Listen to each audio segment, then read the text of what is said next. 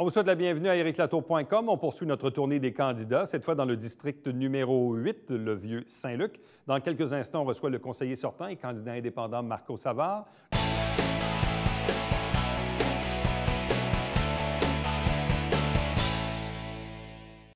Il est le conseiller sortant, se présente à nouveau, mais cette fois comme indépendant, Marco Savard. Bonsoir et bienvenue. Bonsoir, M. Latour. On est rendu à combien d'élections? Quatrième. Pourquoi se présenter à nouveau? Ah, je l'avoue, 5. Parce que 5 élections? Oui, effectivement, en 2002, c'est j'ai vrai, fait il y a ma une autre première tentative. C'est vrai, tout à fait. Mais quand même, plusieurs mandats à titre de conseiller. Vous demandez un autre mandat. Effectivement. Question assez facile, mais pourquoi poursuivre encore? Bien, il reste beaucoup de dossiers à régler, évidemment, dans le district numéro 8. On partait quand même d'un ancien secteur, le cœur de Saint-Luc, autrement dit. Évidemment, on avait beaucoup de travail à faire, puis il reste encore à faire, dont, entre autres, évidemment, que ce soit les pavages des anciennes rues, les accès cyclables. C'est tous ces scénarios-là qui sont à refaire et à travailler immédiatement là, dès le début du mandat cette année-là. Bon. La fameuse passerelle. Oui, effectivement. Est-ce que vous y croyez? Bien, elle est en réalisation. Il faut comprendre, les passerelles ont déjà été actuellement au budget du PTI 2017. On a déjà des ententes avec d'Hydro-Québec de signer, qu'on a passé justement en résolution le 15 mars déjà, pour justement commencer à faire des travaux d'enfouissement des fils de la section de l'avenue du Parc pour venir se collecter à l'éventuelle rue de la mairie. Ouais. Alors, je vous dirais tout simplement, dans les mots, c'est dans l'engrenage de la ville. Je vous dis simplement que la réalisation, possiblement, ça serait pour 2020-2021. Mais si tout va bien, comme ce que je crois, là, ça va se réaliser. Donc, dans 4 ans, on devrait avoir une passerelle qui va joindre le Vieux-Saint-Luc et les Colibris. Bien, les éléments sont là. Ça a passé par résolution, par le budget. Fait qu'alors, évidemment, c'est dans le processus. Bon, pas très loin de l'endroit où va atterrir la fameuse passerelle, il y a l'ancien golfe de la mairie, un ancien 9 trous qui est enclavé par des maisons, des gens qui, à l'époque, se sont fait bâtir des maisons en sachant très bien qu'il n'y aurait pas de voisins en arrière. Aujourd'hui, vous leur dites quoi? Parce que ce terrain-là appartient évidemment à un privé qui probablement souhaite le développer un jour. On leur dit quoi? Bien, là, actuellement, c'est une des raisons, d'ailleurs, M. Latour, que je me suis présenté comme candidat indépendant, parce que dans tous les pourtours des golfs, on sait évidemment ce que vous avez mentionné, l'enjeu des golfs. J'ai 400 citoyens, moi, qui sont touchés directement par des riverains des cours arrière des golfs.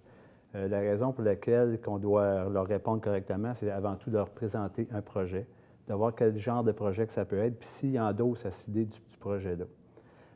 Moi, à l'époque, on avait déjà commencé en 2011 et les gens vont commencer à spéculer un peu sur l'idée d'un projet résidentiel à cet endroit-là. Là, on a fait certaines rencontres, mais il nous reste une consultation publique à faire pour voir si les gens y ont l'intérêt ou pas.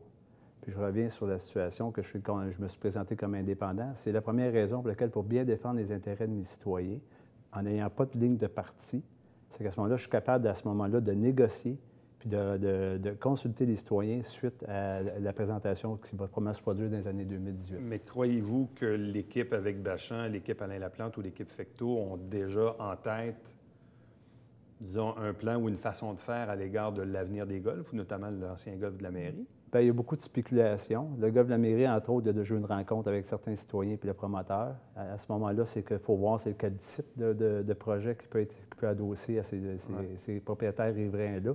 Puis surtout, je vais mentionner comment on peut faire pour les défendre, ces gens-là.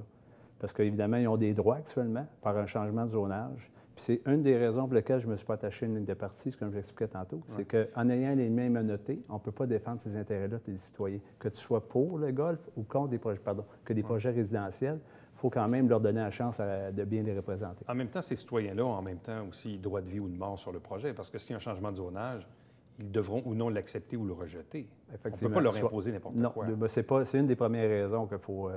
pour les votre vision à vous, le golf de la mairie, on fait quoi avec ça? Est-ce que le statu quo est intenable? Il faut faire quelque chose. Si on fait quelque chose, on fait quoi? Du domiciliaire? Si on fait du domiciliaire, est-ce qu'on peut garder des distances à l'égard des riverains? Est-ce que c'est ça l'avenir potentiel? Moi, l'avenir potentiel, actuellement, c'est vraiment de faire travailler la direction, pas la direction générale, le directeur des urbanistes pour présenter quelque chose dans l'ensemble des golfs. Parce qu'avant tout, il faut voir s'il y a des enjeux majeurs dans tout le secteur des golfs. Est-ce qu'on met une route collectrice qui va traverser de la mairie jusqu'au chemin Saint-André pour aller rejoindre le remembrement des lots de la Bergère? Avant tout, on doit présenter une situation aux citoyens pour qu'eux autres puissent comprendre l'enjeu. Est-ce que ça va les affecter de leur qualité de vie ou pas du tout?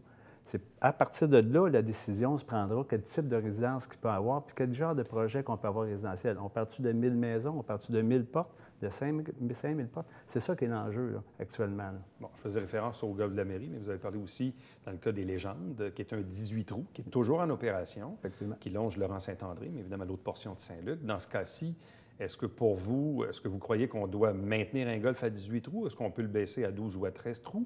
Ou est-ce qu'on doit tout fermer ça et proposer quelque chose de résidentiel, toujours dans l'acceptation des citoyens? Je crois qu'on n'en est pas là pour le moment où on se parle. On sait qu'il y a des ententes de fait avec le promoteur puis M. Morin, le propriétaire du golfe. Il y a des lots de vendus. Est-ce qu'on doit tout défricher pour avoir un projet résidentiel? Je ne crois pas. Il faut comprendre une situation, je reviens là-dessus. J'ai 400 citoyens dans le porto des golfs. C'est sûr que demain matin, s'ils décident de dire on n'en veut pas de projet résidentiel, il n'y en aura pas. Ce n'est pas un gestionnaire d'une ville une responsabilité aussi envers ses citoyens. Ce n'est pas de dire qu'on impose des projets. Je pense qu'on n'est plus à cette ère-là. L'ère d'aujourd'hui, c'est de faire des consultations publiques, d'informer les citoyens vraiment ce qui peut se passer, puis eux autres, ces citoyens-là, qui gardent leurs droits pour se défendre. Bon.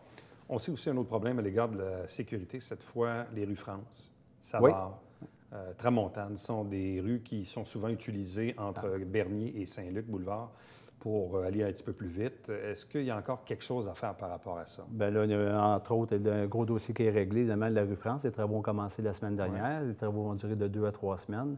Et ces travaux de pavage-là, et en passant piste cyclable, corridor scolaire, ça va évidemment mieux améliorer la circulation à cet endroit-là, au moins la rendre plus sécuritaire. La prochaine étape qui s'en vient dans le vieux secteur, moi j'appelle ça le secteur nord du boulevard Saint-Luc, qui est le cœur de Saint-Luc. On s'en vient avec la rue Savard. La rue Savard reste un dossier assez prioritaire parce qu'il faut y mettre des normes de sécurité.